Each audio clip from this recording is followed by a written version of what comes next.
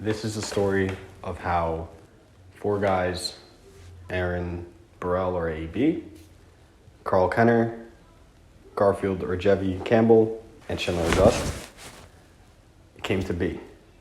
This is the story of Banter with the Brothas, the fast-growing podcast coming out of Connecticut, and this is how they came about, and this is what they've experienced and the good times that they've had and how they feel about the podcast. I wanted to do this intro to have my opinion out there, and I just wanted to say to the guys, because I know they're going to be watching this, thank you for letting me edit for you guys, letting me film for you guys. It's been a great experience, and I love and appreciate you guys so much. You guys were the first ones that gave me an opportunity to be in a production setting, first ones to consistently allow me to edit your videos and give me the experience I need to take this as a career. And I can never thank you guys enough for letting me do this for you guys. And we've always had good times. Yeah, there's been a couple bumps in the road in terms of technical issues, but we all moved past that. And you, the viewers, I just want to say thank you guys for watching. And here's the story of how Banter with the Brothas came to be. It started because we all were playing soccer together, and that's me and AB. Shout out to Ezra as well, because Ezra was initially a part of the podcast. Well, he came for the initial shooting of one podcast, but we usually have these conversations in the cafeteria, you know. That's where most of it went down, per se, you know. Whatever conversations we had after practice, we were in the caf for hours just having conversation, you know, riveting, jokes, all different type of conversation, lasting hours. I started Banter with the Brothas back when I was in graduate school back in 2015. It started as just a radio show that my friends Frank DeZenzo and Taylor Krimmel wanted to do a radio show that we talked about sports weekly. When they did, they approached me about it. I was in on it. And we started recording our show. I thought it was a good idea. We were getting some good content out, but one day they had to go work a UFC event. I was left without two co-hosts, and I called Garfield and I called Ezra, just two guys who I knew I could talk soccer with for an hour and fill our slot. That podcast, Fat Tuesdays, if I'm not mistaken, and we went to the studio and we recorded. I think it was in August, if I'm not mistaken. Recorded, and we spoke about a lot of things that day. So that kind of sparked an idea in my head of like, maybe we should do this more often. And a lot of friends who listened to the program were kind of like, listen, if you guys did this as a podcast, we would be all in. Like, we would listen, we would support y'all. About probably a week or so later, another one of my classmates, Emmanuel Sanchez, approached me with the idea of doing a podcast instead of just a radio show. He was big into podcasts, and I was like, you know what, I'm in for it. We took about 2 hours, I'd say, where we like sketched out the idea of what the show would look like, how we would do it. He would be the main producer behind the scenes, I would be our host, and then we got Garfield, Carl, and we tried to get Ezra as well to work things out, to be on our show. And then eventually it just kind of stuck where it was me, Garfield, and Carl doing our shows. AB actually, from that, setting with us was like, hey, let's do a show. So then it was like me, AB, Garfield. We started on Sundays and we kept moving forward. So it was really organic, and it felt good. And we kept it rolling. We just kept growing, kept getting new people, trying to be a platform that people who, were up and coming like we were, that they felt like they had a place that they could come and have some fun with us, talk about different life issues, talk about, just get different jokes off that they wanted to do, promote different projects that they have. So over the years, we've been growing and just building and building. Schindler is now a part of the podcast because initially he was just a guest.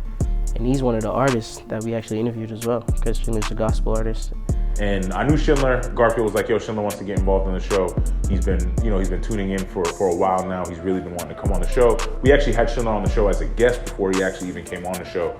I think twice, at least twice, I want to say. I always knew the guys were doing a podcast, always supporting them, putting on Snapchat, putting on Instagram, go support the brothers. They doing their thing. Got on the show, I would say like 4 times before I became an official brother on the show. Came on as a guest, as an artist, and then a few times, went to fill in for, somebody who wasn't there, maybe Carl or AB.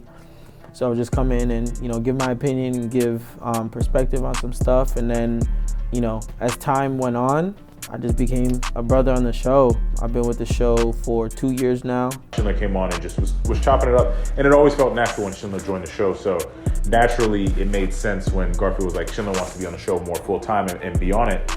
You know, when he was talking to me about it, I was like, yeah, that makes sense. You know, we definitely could use him. Shout out to Joe as well, because he's doing a great job.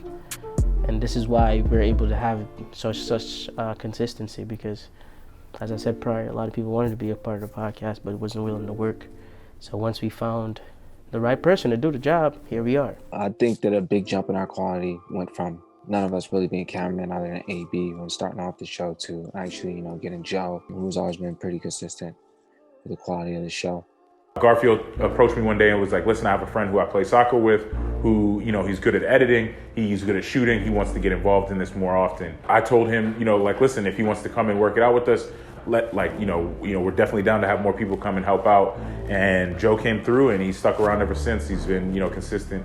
And that's how we've gotten to where we are today with the podcast. One thing that we actually started bringing back, you know, since I'm in Georgia and, you know, everyone else is in CT other than AB, is the Bar for Bars, which what I originally was doing kind of as like a little snippet on Instagram. We actually started doing that as being recorded regularly for the YouTube channel on podcast, as well as Garfield's Love Advice, which he's been pretty consistent with as well. Those are kind of the two things that we kept from the original shows.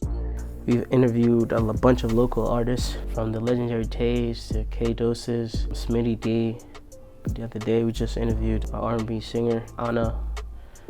We introduced his Suprema Lee. There's a bunch of people. Showing what they do, showcasing to the world, and also bantering with us. So it's just been great. I think that we're a podcast that, you know, we can talk about any given thing on any given day. So I think it always makes for interesting interviews. It makes for interesting podcasts.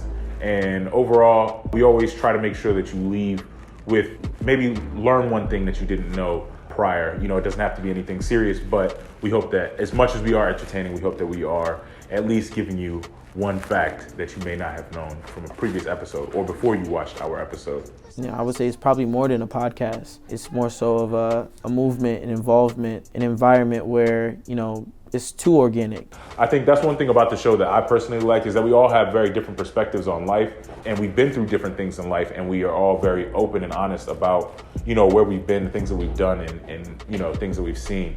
But we also challenge each other's perspectives. You know, we don't think that we have it all figured out. We think that we can always learn more and learn from each other first and foremost. What better way to learn something new than from somebody who may have experienced it or, you know, more involved or more in touch with it. We're a lot more consistent. We have a clear vision of where we want to go, what we're doing as of right now, our goals in terms of merchandise, in terms of advertising, making sure that, you know, we're covering certain events in the community. And we've done a lot of exciting things last summer.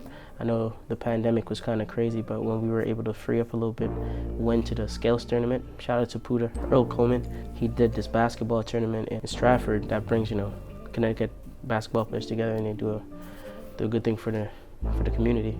Some of my other favorite memories on the show, definitely going out to the Scale tournament this year. Just, again, getting out in front of people, getting our podcast out there.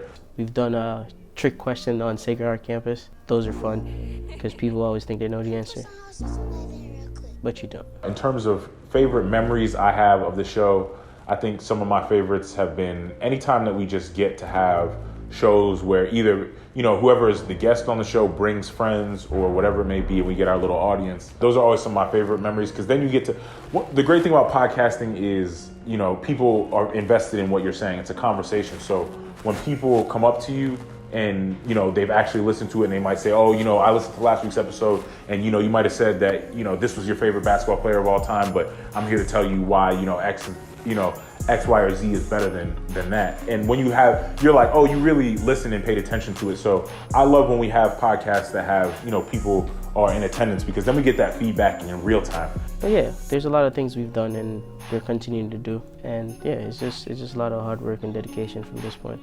You never know what takes you might hear when you pull up to the show. We've debated it all. Hard hitting questions. Does pineapple belong on pizza? Anything. We really hit it all. So there's the bantering all in there, all inclusive, but we do talk about some real topics, and we do talk about what's going on in the world at the time. As we all know, there's a lot going on, but sometimes you just need to talk about it. We don't take ourselves too seriously, but when we have to, we will. Yeah, it's in the name. Sometimes you just gotta banter. And as you can see, if you don't know what some of us look like, that's Joe over here, Carl, AB, all professional. AB's actually an Emmy winner, by the way. I'm sure, I don't know if he's gonna say that because he's a humble guy, but this guy has an Emmy. All right, that's me, the best looking brother, and Schindler the singer. Yeah, so that's us right here, Banter, the brothers.